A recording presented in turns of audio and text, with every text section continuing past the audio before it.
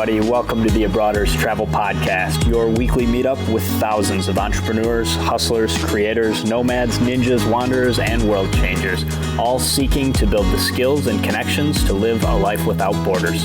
If you want to learn more about what we do or download our entire podcast archive, check out the website, abroaders.com. Happy Wednesday morning and welcome to another episode of the Abroaders Travel Podcast. I am AJ, checking in from São Paulo, Brazil, the big city, the biggest city in the Southern Hemisphere. And this is episode 165. Show notes for today can be found at abroaders.com/165. So, in news and updates, we've got some updates with the Amex Platinum benefits. I want to ask you guys about Uber and what's been going on with them. What a mess. Air France is selling miles at a discount. Citi has a transfer bonus to JetBlue. And we got a nice email from Recon Scott. He gave us an update on a great redemption victory that I think should serve valuable to you folks. And he shared some insights about Hyatt's program changes. And for the core content, we're going to talk about the Southwest Companion Pass. For the core content, we are going to talk about the Southwest Companion Pass, a nice play you can run with Marriott to get it, and what we think is everything you need to know to take advantage before the March 31st deadline of this play we're talking about running. I'm going to be doing this episode solo, but thanks to Janelle and some prep for Eric, I think this should be a good one. Eric is currently in South Africa, Cape Town to be exact, with Gabi. This is his first real vacation that I can remember. He's done a couple little 2-day things, but we travel a lot, so it probably seems like we're always on vacation. But contrary to popular belief, we work a lot, especially Eric. The guy puts in about 80 hours a week of real work, not like at the office style work where you're playing on Facebook, but for the lawyers or consultants out there, this is like 80 billable hours type of work a week consistently, like every week. So the guy needed a little break, so he is going to take one. I took a vacation as well, which was really cool. I got back last week. I was way up north in Brazil in a place that is an absolute bitch to say. It's difficult. Jericoacoara, or Jeri as the locals refer to it. In all honesty, super overrated beaches. However, it was a great time and I would recommend going there. Just you need to know what you're getting into. Super cool vibe, a very chill kind of beach town that used to be just a little fisherman village, and then some people saw that there's some natural beauty up there, and slowly it was developed. But great restaurants, friendly people, lots of things to do. Went four-wheeling through the dunes in a national park along the ocean, which was really cool. There's kite surfing there, stand-up paddle, all sorts of things. And even though it's Brazil and typically the coast faces the east, the sun sets over the water due to it being so far north and the way the coast jets out at that point in the coastline. So that is really cool. As far as getting up there, I flew from São Paulo to Fortaleza, which is about a 3.5-hour flight. And then it was about a 4.5-hour drive. Quite an adventure, really cool driving in along the ocean on the dunes of a national park. So that was a really cool experience. Also, ran into a really cool entrepreneur who had a pretty cool story. So I was with a group up there, and one of the girls in our group, her cousin was the proprietor of a restaurant called Bistroganov. So like bistro and Ganoff, like stroganoff, so kind of a cool name, especially for a guy doing that in his second language. Delicious food. Obviously really good stroganoffs, really good Italian as well, but super cool story. This guy arrived in Jericoacoara like 20 years ago, and the guy only had 1,000 Brazilian real with him at the time, which right now is, a little over $300. Didn't know what he was going to do. Started by selling popcorn on the beach, just hustling, saved up. And now he owns this restaurant, which is like a legit restaurant. Really, really, really good food. Very successful. Always has a lot of patrons. So the guy's made a really nice lifestyle for himself. So it's always really cool to hear about that. Now, getting into the news and updates, we're going to lead off with this Amex Platinum thing. So the first thing I want to cover is something I picked up thanks to Greg over at Frequent Miler, one of the boarding area blogs. So previously, Amex Platinum gave you a priority pass, which is really nice, and priority pass is a way to get into a lot of independent lounges around the world and some airline lounges as well. However, in the past, you were only allowed to go in there yourself as the cardholder. You did not get any guests. However, according to Greg at Frequent Miler, it appears that since February 20th or so, Amex Platinum holders with the priority pass get 2 guests. So that's really nice. I've missed quite a few lounge opportunities when I've been traveling with friends and they didn't have, the cards I told them to get or anything like that. So, I didn't want to just leave them stranded. So, hang out with them with the regular people that don't do all the things we do. So that's really cool that you'll be able to bring a couple guests with you. And also, as far as the Amex Platinum goes with the business version of the card, it appears they're going to offer that benefit as well, the 2 extra guests for free as of March 30th. So that is really cool. I mean, if you have the business platinum and you don't have the personal platinum, it's worth trying to see if you could get a guest in before, because the thing with the personal card was, something that's news to me now and apparently had been going on since February 20th. But some other stuff with the Amex Business Platinum is it is going to earn 5x points on airfare and prepaid hotels booked through AmexTravel.com. So that is really nice. That is definitely good news.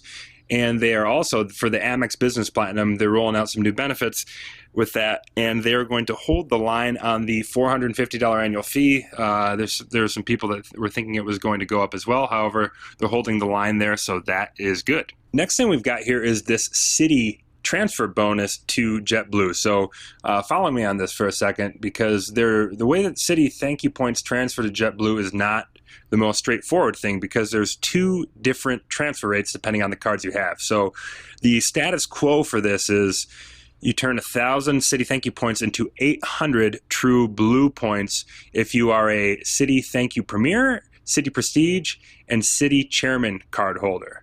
And you turn 1,000 Citi Thank You points into 500 True Blue for Citi Thank You Preferred or Citi Forward card holders. So this transfer bonus, which is going to run through April 30th, is 50%. So to do the math for you folks, for the Citi Thank You Premier, Citi Prestige, and Citi Chairman card holders, your 1,000 Citi Thank You points is going to turn into 1,200 True Blue points, which turns it into a positive transfer rate. It's going to be above 1. And then if you hold the other cards, which would be the Citi Thank You Preferred or Citi Forward, 1,000 Citi Thank You points will be turned into 750 True Blue points. So is it really worth doing this? For most of you, probably not. However, if you get the good rate and you can turn 1,000 Citi Thank You points into 1,200 True Blue points, it could be a decent redemption. If you don't have any travel aspirations outside of JetBlue's route network, then it could be, Citi points are really, really valuable. JetBlue points straight up redeem for about 1.5 cents a point. It's kind of like Southwest, where it's attached to the price of a flight. I think it's just under 1.5. So that takes you up a little bit closer to 2. And if you got a bunch of Citi points and you're going to be flying somewhere JetBlue goes, and you don't want to, spend money like everyone else spends on flights, and you want to use your points, pretty good deal. Otherwise, if you don't have that many Citi Thank You points and you've got some big travel aspirations, I'd hold on to those and save them for transferring to a program like Singapore or Air France or one of their other transfer partners on a little bit bigger airline that's got, a bigger route network, thanks to just the size of the airline and all of their transfer partners. Speaking of Citi and some of their power transfer partners like Air France, let's go over Flying Blue's promotion now. So they're offering a 50% bonus on purchased miles. For most of you, this isn't going to be something you're going to want to do. If you hold transferable points, if you hold Citi points or SPG or Amex or Chase, you shouldn't be too interested in buying Air France miles, because Air France is one of just a couple programs that they allow all the transferable currencies to come in, so you can transfer all of those points to Air France. However, what this looks like, if you max out that bonus, so it's a 50% bonus and it is tiered. So if you just buy a few thousand miles, you're going to get a 30% bonus. Up to 28,000 miles, a 40% bonus, and anything over 30,000 miles, you get a 50% bonus. So what the math looks like, if you wanted to max this thing out and be aggressive, you could get 150,000 miles for about $2,900. So the cost of that is 1.95 cents per mile. So in economy, it's probably going to be kind of a wash. So not absolutely worth it. The same thing goes always with buying miles. If you got something in mind and you do the math, then go for it. But otherwise, I would stay away from this. One of the reasons Eric and I cover these things is because typically these companies are really good at marketing these efforts and these promotions, and they're really good at convincing you it's a good deal. So we want to talk about this because sometimes it is a good deal, but typically it's not a good deal. So if you've got, a healthy Chase or Citi or SPG or Amex or all the above, definitely stay away from this. However, this could be something you take advantage of if you want to, top up an account, or you don't have enough Amex points to transfer to Air France for a redemption that looks really good for you. Then you could get away with maybe doing this. But just wanted to cover that and make it clear that it's probably not a good deal, and you want to really have something specific in mind before you go ahead and you follow through and you take them up on their offer. And speaking of companies being good at convincing you of things, Uber. So I don't know how many of you have followed what's been going on with Uber lately, but the tail end of 2016 and all of 2017 has been pretty rough for the company. They've had a lot of PR fiascos, a lot of bad news, a lot of dirty laundry being aired. Just to give you guys an update if you haven't followed the situation. So not too long ago, there were some leaks that came out, or some former employees came out, and they're a little bit vocal about stuff. So looks like a pretty toxic culture there for women, some machismo stuff going on, like you'd see from an advertising agency of the 1960s, like the series Mad Men. Their CEO was recently filmed by an Uber driver not being exactly pleasant with him. They were arguing over how much the drivers get paid. And to be fair, you may have seen some things, some headlines about the Uber CEO berating the driver. That isn't really how it happened. I watched the video. He did not berate him. However, as the billionaire CEO of Uber, he didn't treat the working class driver, which, drivers are the backbone of Travis, the CEO's wealth, with the respect they really deserved. So there was just another tick. Uber was also caught lying to drivers, claiming that they're going to make a lot more money than they really did. I'm not positive, don't quote me on this, but I'm pretty sure a court ruled that, yes, Uber, you did lie, and the drivers do not make anywhere near what you said they would, so you definitely lied. They did some surge pricing for JFK pickups during the Trump executive order on the travel ban after the New York City taxis boycotted JFK pickups because many of them are immigrants themselves and they wanted to protest. So that was some pretty opportunistic business practice. And then that's only what had happened a little bit in the past, and now it looks like they've done some really bizarre stuff and arguably illegal things to disrupt law enforcement efforts to enforce laws in cities where Uber isn't legal. Obviously, Uber has got really smart management and they've got a bunch of resources, so they're going to tell you that it was a little bit different than that, but just a really bad look for Uber. And there's other stuff too. So it's something interesting. If you're somebody that a company's values really matter to you. I don't know if Lyft is exactly a choir boy, but definitely something to check out. Personally, I'm going to make an effort if I can use Lyft, as long as it's not just drastically different experience or pricing. I'm going to do what I can to move away from Uber. If I were you, I wouldn't feel guilty about necessarily using Uber, but that's a personal choice that I am going to make because I've followed them for a while, and I just not a big fan of the way they do things. I haven't heard many good things about Uber from the people on the inside. It just seems like a pretty toxic win at all costs culture over there, which is not making the world a better place. So that is that for the news and updates. However, I do want to get into an email we got from Recon Scott. So he provided some really good insights, and for those of you that may have not tuned in to all the episodes, it would have been a couple weeks ago we shared some of his insights. He did a really good job pricing out some flights to Hawaii, showing how different the redemptions can be depending on the program and the type of points. So let's get into this. Here's the email from Scott. First, thanks for answering my question about the Dallas-Fort Worth to Jamaica on the air. Didn't know about the One World Alliance map, and I learned a lot about options for staging travel from another airport. Last year, I told you about my success story sending my wife and her friend to the Cancun Zilara all-inclusive resort for 3 nights using 2 Hyatt nights plus 25,000 Chase points transferred to Hyatt. This year, I gave them the option of a 4-night getaway in Hyatt properties in either Hawaii, Jamaica, or the Cancun repeat. And as he said, although they were very tempted on the Hawaii option, they choose Cancun. He is speculating possibly about Cabana Boys, free margaritas. Who knows? We don't know, Scott. And he says, last year he got his wife the Chase Hyatt card for the 2 free nights. And since you can't repeat this card within 24 months, this year he got the Chase Hyatt for himself for the 2 free nights. And he says, note that Chase Hyatt card isn't subject to 524. And so here's how Scott's redemption went down. So 4 nights at the Hyatt Zilara Cancun all-inclusive. That is a retail value of $2,176. So he did 2 free Hyatt nights plus 10,000 Hyatt points and 40,000 Chase Ultimate Rewards points. He transferred to Hyatt.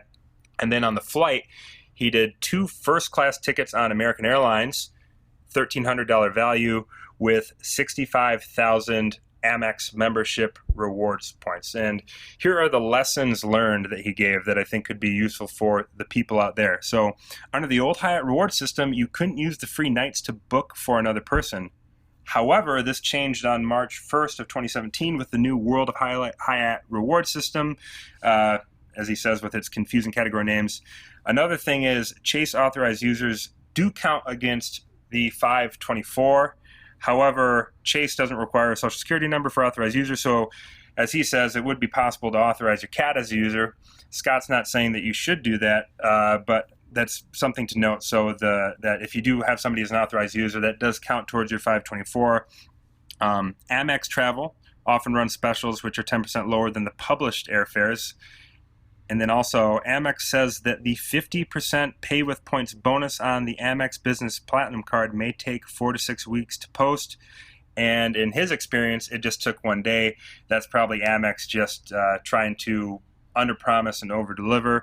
And then he said he was also able to get his wife the Amex Business Platinum 100,000 membership reward bonus with the $15K spend just before the expiration in January. He is a fan of it, says absolutely worth $450 annual fee since he already got a free $650 first class ticket. And then some other stuff. He had some spending that he was going to need to do, so it made sense for him to do that.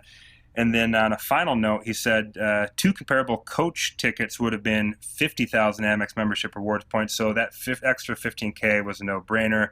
His wife hadn't really had the experience of first class before, so she was pumped up about that. So thanks a bunch for sharing that, Scott. That's really useful. I guess some key takeaways here is with Hyatt's new rules as of March 1st, you can use your nights for people that are not you.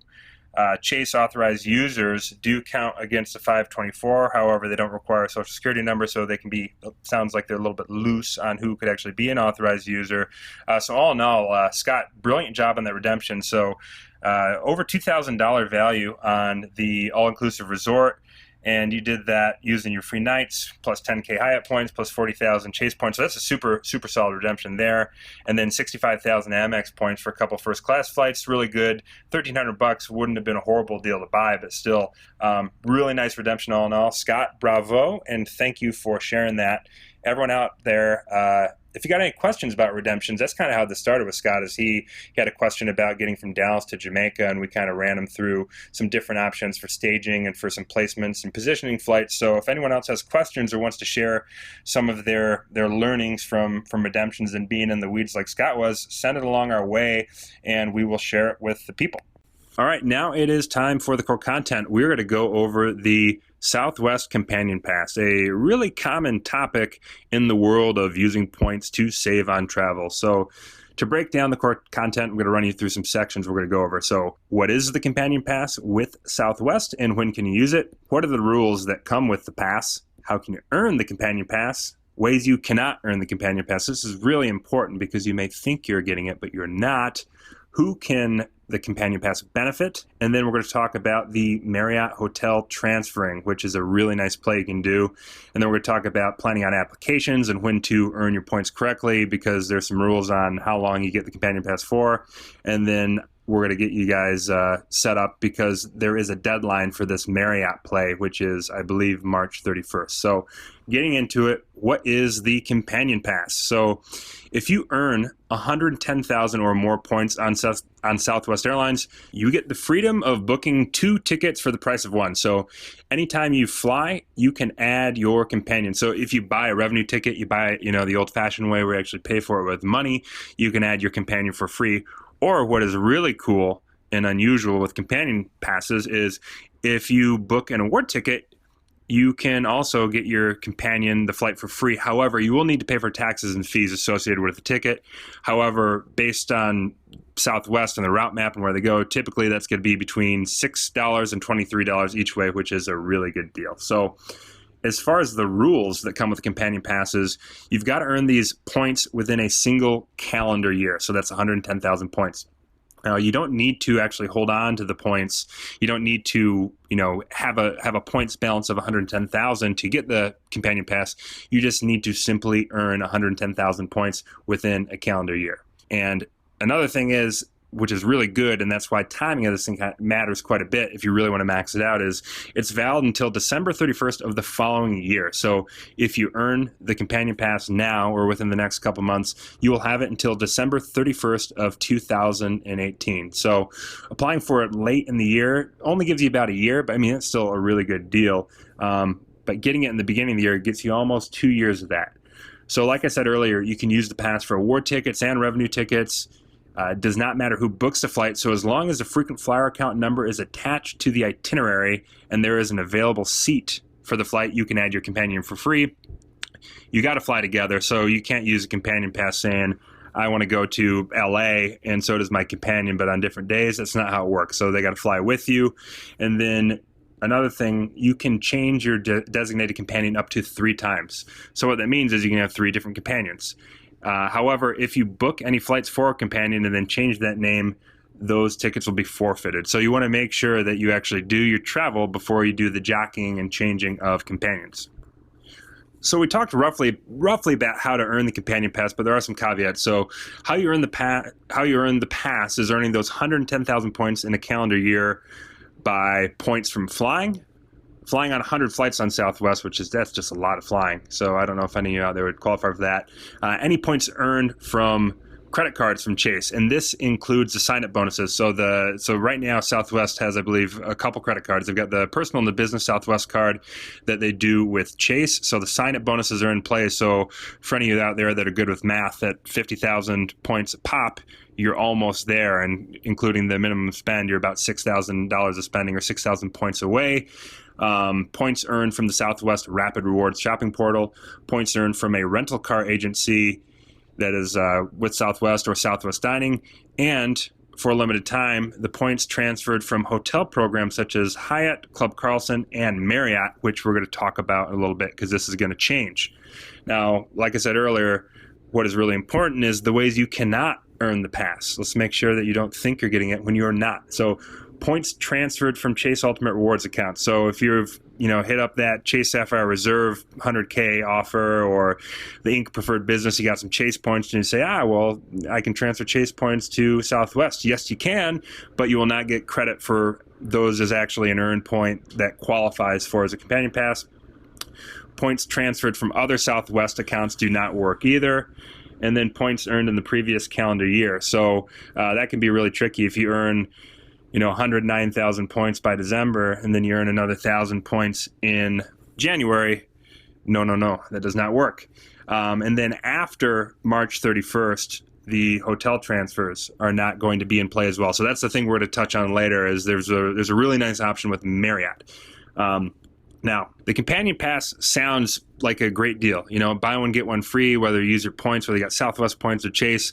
You're poised to save a lot on travel. However, it is important to know that some people can benefit more than others. So a few good examples of people that could just really dominate with this thing and save a lot would be if you live close to an airport that Southwest actually services, and if you want to go to places that Southwest flies, you can go to most places in the U.S. with Southwest, but depending on the airport you want to fly to, there may be a connection that you wouldn't need to do otherwise if you flew Delta, American, United, or another airline.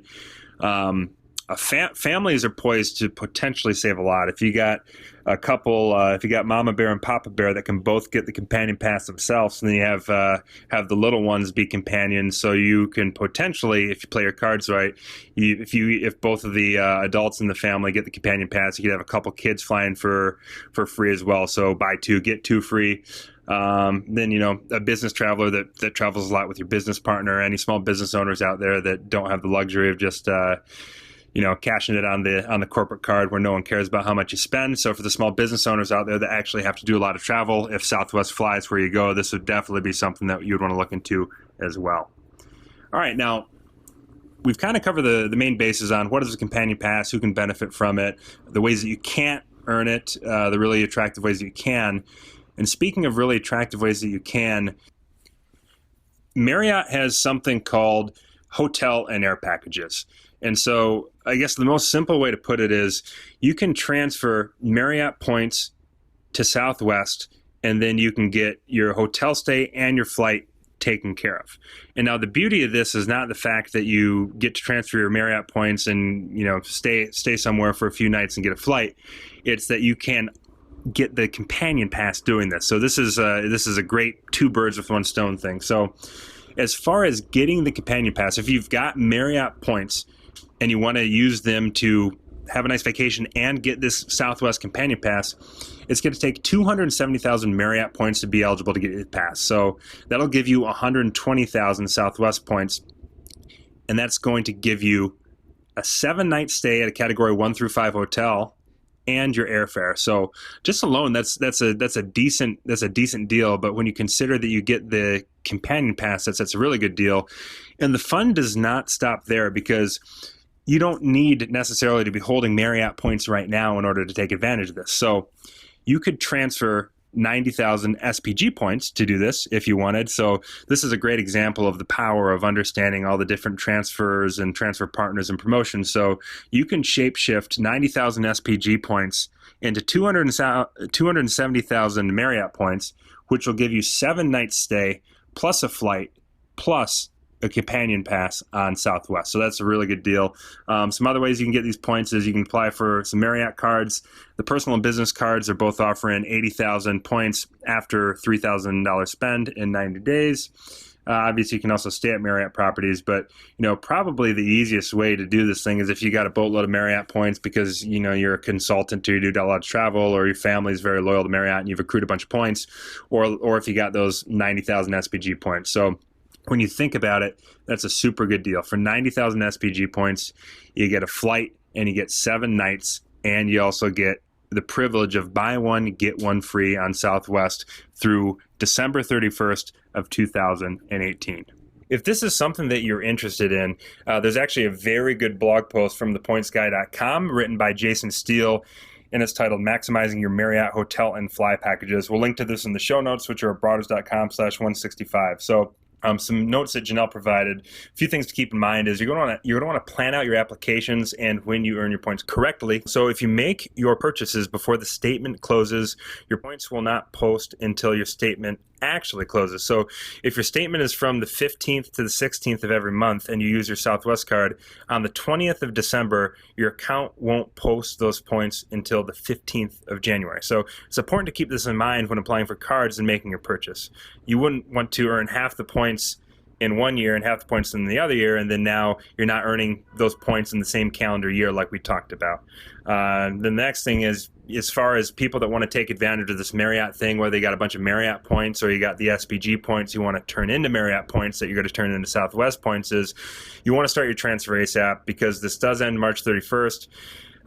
When you go to transfer points, we've got reports of people getting a message that says it may take 4 to 6 weeks for this transfer to be completed.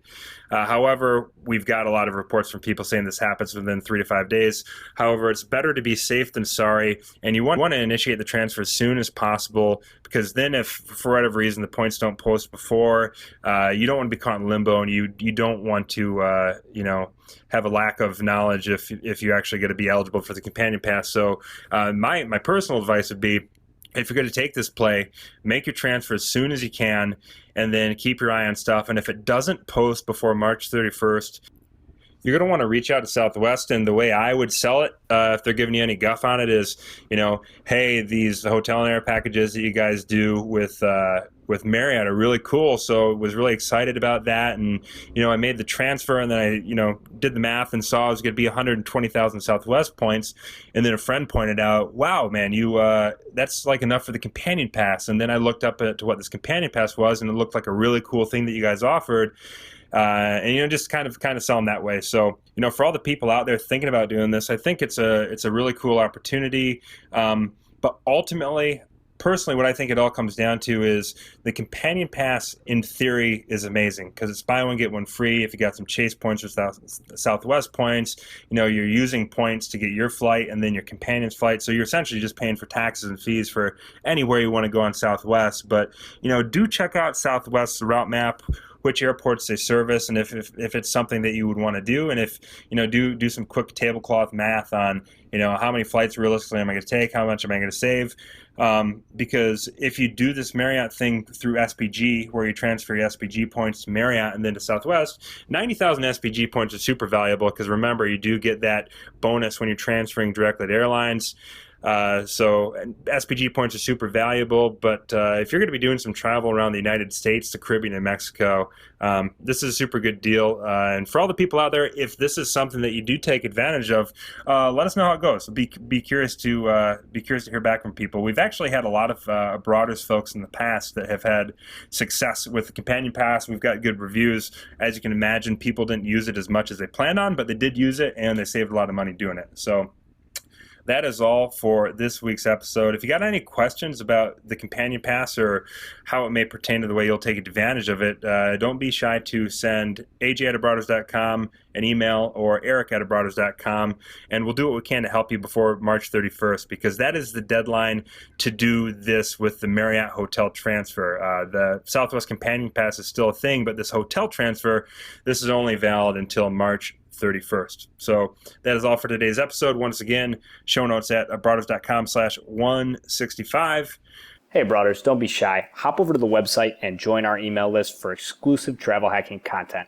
If you like what we're up to, the best way you can support the show is by leaving us a 5-star review on iTunes. Lastly, we would love to hear from you, so send your show feedback to Eric or AJ